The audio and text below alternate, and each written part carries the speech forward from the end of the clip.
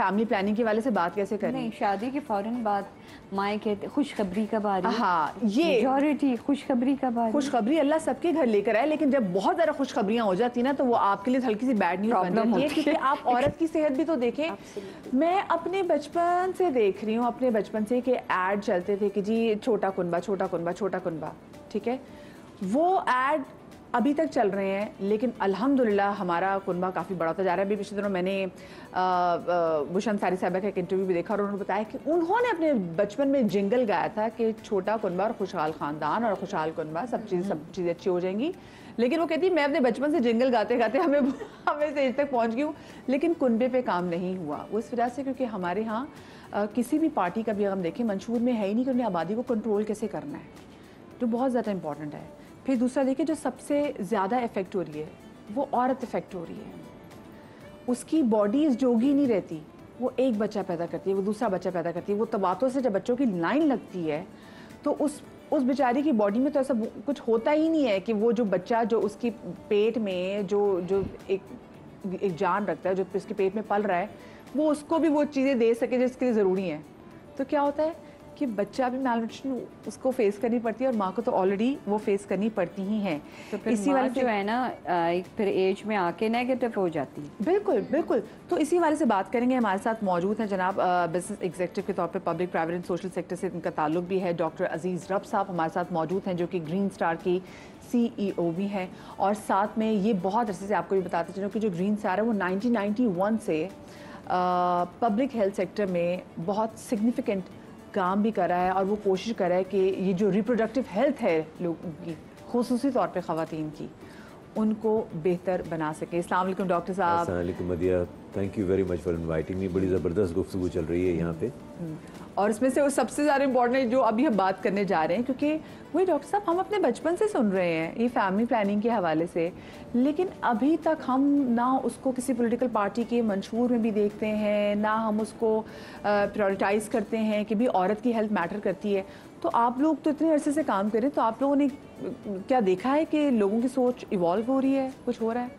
मदिया, अब बड़ी ज़बरदस्त बात है क्योंकि घर की बात हो रही है, जॉइंट फैमिली सिस्टम की बात हो रही है और इसमें जहाँ कहीं भी तजाद आता है उसकी वजह ये होती है कि इख्तियार किसके पास कितना है। ना इख्तियार से जुड़ी हुई एक बात कि पहले हम सियाक़ व सबाक़ समझने की कोशिश करें। 245 मिलियन पाकिस्तान की कुल आबादी होगी। जिस तरह से घर वही था जो अब्बा बना के गए थे, उसमें बच्चों की शादियाँ होती जा रही हैं, लोग ऐड होते जा रहे हैं, मकान बड़ा नहीं हो रहा, कमरे छोटे होते चले जा रहे हैं। और जब ज़मीन कम हो रही है, हिस्सा कम हो रहा है, तो उसमें इख्तियार कम हो रहा है। उसमें इसका असर पड़ कौन रहा है, इस पर ब्रंट कौन ले रहा है? इसका सारा का सारा ब्रंट बहुत हद तक वो औरत ले रही है जो इसका न्यूक्लियस है ना। पाकिस्तान में तकरीबन हर साल 10 मिलियन प्रेगनेंसीज़ होती हैं। 10 मिलियन प्रेगनेंसीज जब होती हैं तो उसमें तकरीबन 50 लाख 5 मिलियन अनवांटेड प्रेगनेंसीज हैं, अनचाही प्रेगनेंसीज हैं, नहीं चाहते थे, एक्सीडेंटली प्रेग्नेंट हो गई माँ पे। जब कभी भी एक्सीडेंटल प्रेगनेंसी या अनचाही प्रेगनेंसी होती है तो अब ज़ाहिर है प्रेगनेंसी के बाद माँ की मुतवातर प्रेगनेंसियों से माँ का जिस्म कमज़ोर होता चला जाता है, बच्चों की पेट के अंदर ग्रोथ की रिटार्डेशन हो जाती है, माँ अनीमिया का शिकार। 60% औरतें पाकिस्तान में अनीमिया का शिकार हैं, तकरीबन 80% विटामिन डी का शिकार हैं। कुछ स्टडीज़ के मुताबिक 45% कैल्शियम की कमी, विटामिन डी, एनर्जी, प्रोटीन की मैल न्यूट्रिशन का शिकार होती हैं। इनसे पैदा होने वाले बच्चे जिस्मानी तौर पे या जहनी तौर पे कमज़ोर रह जाते हैं। स्टंटिंग एज़ हाई एज़ बाज़ स्टडीज़ के अंदर 20% के करीब है यहाँ पे ना। मुतवातिर प्रेगनेंसियों में अगर माँ 5वीं 6ठी प्रेगनेंसी में जो जिस्म में मुख्तलिफ़ किस्म की कमियों की वजह से अगर दुनिया से चली जाए, कोई ख़बर नहीं बनती। इसकी अदाद शुमार के हिसाब से। और डॉक्टर साहब आपकी कथा कलामी की माजरत, स्टिल बर्थ्स भी तो कितनी होती हैं इसी वजह से। जी, मैं उसी तरफ आ रहा हूं। हमारे पाकिस्तान में तो बड़ा इसका वो नंबर बढ़ता जा रहा है, खतरनाक हद तक। जी, तकरीबन 10 मिलियन प्रेगनेंसीज में 5 मिलियन अनवांटेड हैं और हर साल अनवांटेड प्रेगनेंसीज के नतीजे में लोग दूसरा रास्ता इख्तियार कर रहे हैं। अबॉर्शंस की तादाद बढ़ती चली जा रही है। 26 से 28 लाख अबॉर्शन हो रहे हैं, जिसके नतीजे में हर महीने 1400 औरतें तकरीबन इस दुनिया से चली जाती हैं और कोई हेडलाइन नहीं बनती।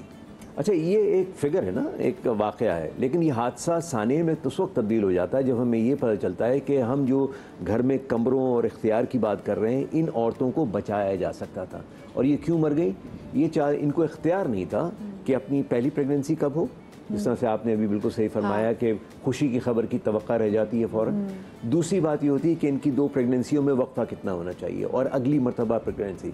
तो आई थिंक सबसे पहली चीज़ ये है, और इसमें कोई दीनी रुकावट भी नहीं है, क्योंकि हमारा दीन भी कहता है जिसने एक इंसान की जान बचाई, जिसने बिल्कुल पूरी जैसे इंसानियत की जान बचाई। सो इसमें जो रुकावट है उसमें 2-3 चीज़ें हैं। एक तो ये कि हमारे यहाँ जो टोटल पैसा तकसीम होता है सूबों में, NFC अवार्ड जिसको कहते हैं, वो लोगों के ऊपर होता है। जिस सूबे में जितने ज़्यादा लोग हैं वहाँ का वोट बैंक उतना ज़्यादा होगा। जब वोट लेके उनका असेंबलीज़ में जाएंगे तो उनके तादाद के ऊपर ही हमें उस ख़जाने में से अपना हिस्सा मिल रहा होगा। तो इस तासुर को ख़त्म करना, इसका पॉलिसी बनाना कि आबादी के हिसाब से वसाइल नहीं मिल रहे होंगे, बल्कि इसका ताल्लुक़ कितना खर्चा किया जा रहा है उनकी निगहदाश्त के ऊपर। अच्छा, मुझे बताएं हम कैसे उस पुराने ट्रेंड से निकलें अब के, और किस तरीके से आपको लगता है कि अब हमें आने वाली नस्लों को अवेयरनेस देनी इस पे?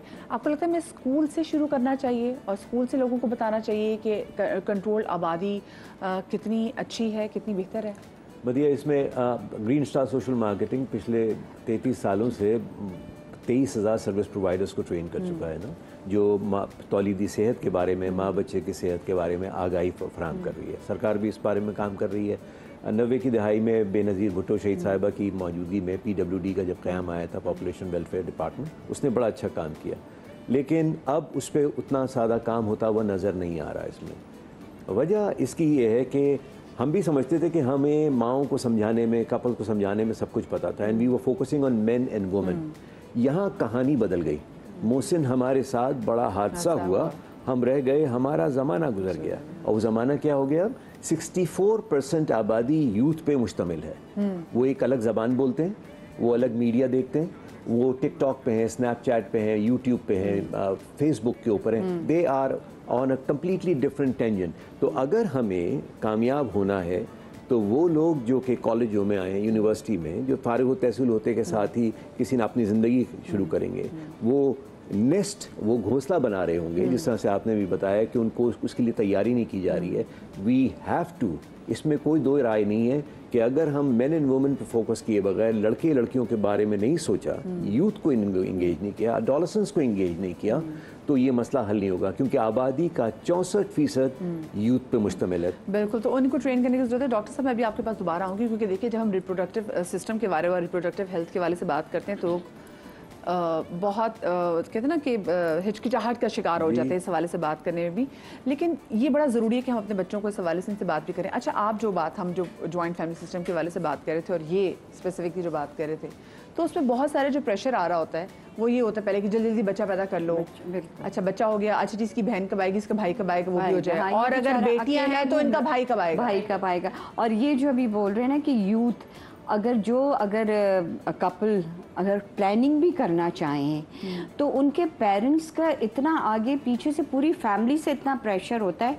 6 महीने हो गए, साल भर हो गए, कुछ नहीं हुआ, फिर आपस में ये सारी बहू में है बुराई, ये वाली चीज़ है, ये है, ये इतना प्रेशर। जो यंग कपल अगर वो प्लानिंग भी करते हैं ना तो वो प्लानिंग तोड़ देते हैं, क्योंकि उनको इतना प्रेशर मिलता है कि वो प्लानिंग ही तोड़ देते हैं। वो कहते हैं जाए मेरी सारी। बहुत सारी जगहों पे मैंने देखा है कि लड़कियों को ये कहा ज़्यादा भी जाता है उनके घर वालों की तरफ से भी कि बेटा तुम बच्चा पैदा कर लो, हाँ, सिक्योर हो जाए शादी, घर में कोई लड़ाई हो जाए, एक और बच्चा पैदा कर लो, सिक्योर हो जाए, हस्बैंड आपके उसमें आ जाएगा। हाँ, एक और भी तो एस्पेक्ट है ना कि लड़कियों को इसलिए भी जल्दी कहा जाता है कि आप जल्दी से बच्चे पैदा करें, क्योंकि उनमें जो एक सर्टन अमाउंट ऑफ एग्स होते हैं वो हर महीने रिलीज हो रहे होते हैं। वो जैसे जैसे उसकी एज बढ़ रही होती है, उसकी जो क्वालिटी है उन एग्स की वो थोड़ी सी ख़राब होती जा रही होती है। फिर वो जब 30-35 क्रॉस कर लेती है वो उनको कंसीव करने में थोड़ा सा प्रॉब्लम होता है। तो ये सारी चीज़ें बड़ी इन्वॉल्व करती होती हैं इन चीज़ों में।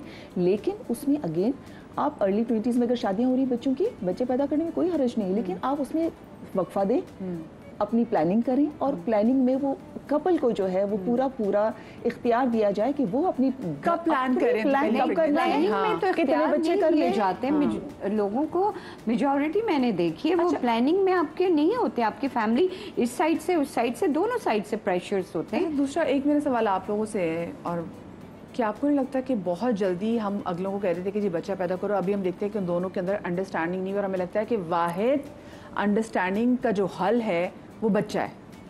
चाहे वो बाद में पैदा करके फिर वो कहते हैं बस इस बच्चे की वजह से मैं बर्दाश्त कर रही हूँ। फिर मैं ऐसी भी बहुत सारी चीज़ें देखी, हमारे साथ केस स्टडी भी मौजूद है, ज़रा मैं उनसे भी बात कर लेती हूँ। अस्सलाम वालेकुम जी, इनको माइक, आपको माइक आपके पास जी। वालेकुम अस्सलाम। जी नादिया जी, मैं चाहूँगी कि आप बताइए आपका जॉइंट फैमिली सिस्टम के वाले से अपने एक्सपीरियंस का बताएं आप।